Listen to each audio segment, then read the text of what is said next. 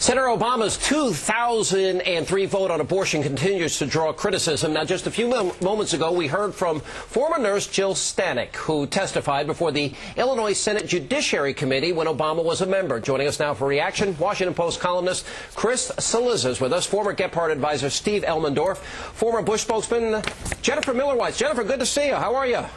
I'm just fine. Good to see you. Hey, well, it's always good to have all of you here. Jennifer, we'll start with you. Jill could not be any more clear. He's out there claiming that, in fact, no, I would only have supported the bill, that the federal bill. They had the federal bill in front of him, and he didn't support it, and he was the only senator to stand and speak against it.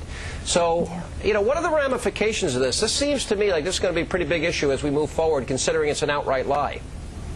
Yeah, I think that there are two major issues facing Barack Obama when it comes to this. The first is character.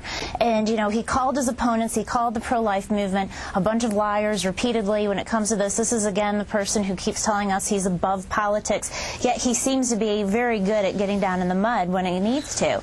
And he's been also trying to muddy this issue and trying to confuse people when it comes to what he actually was voting for. But it's actually very clear. He voted against the ability to protect these, you know, born-alive infants when an abortion was botched. And that's an incredibly extreme position that's way out of step with the American people. Yeah. You know, Chris, let me ask you this question as somebody that is with the Washington Post, because my contention is journalism died in 2008. When the big three network anchors will go to Iraq and Afghanistan and travel the world as a world citizen with Barack Obama but ignore John McCain's trips, that to me shows a lack of objectivity. Your own newspaper last week had your ombudsman make the same case ostensibly. Here's my question. Is, you know, if we're not going to ask questions about heirs, if we're not going to, you know, delve into what sermons he heard about Wright, if we're not going to examine whether or not he's telling the truth here, is Sean Hannity right? Is journalism dead?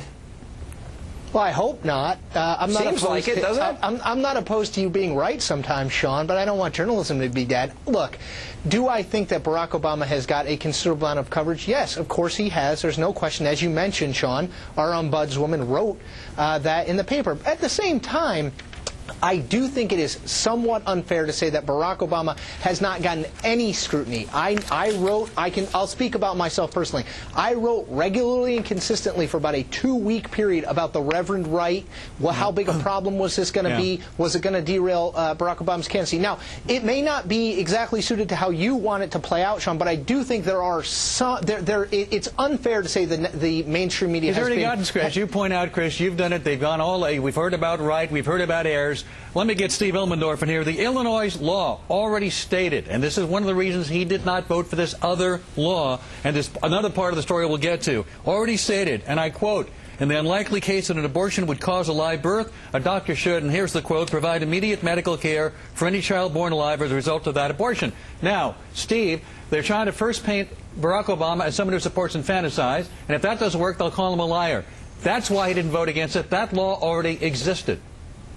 Yeah, I think Barack was very clear in standing with the Illinois Medical Association, with the doctors of Illinois on this bill. But more importantly, I don't know what the issue is here. Barack Obama is pro-choice. John McCain is pro-life. That's what we know about their abortion records, and that's all we need to know. It's been very clear neither of them are trying to hide their positions, and voters are going to choose who care about that issue the most, are going to be very clear about who they're for. But they're going far further and trying to suggest he would support killing a baby outside of the womb. And Jennifer, the state version of the bill had a companion bill called the Induced Infant Liability Act that would have allowed legal action on the child's behalf for damages against a health care facility or provider who harmed a neglected child after birth. Again, the previous thing that I read to you, which was the bill, the law already in place, and this addendum to the bill in question is what would have been roached against Roe versus Wade. That is why he supported the federal bill but not the state bill. There is a difference.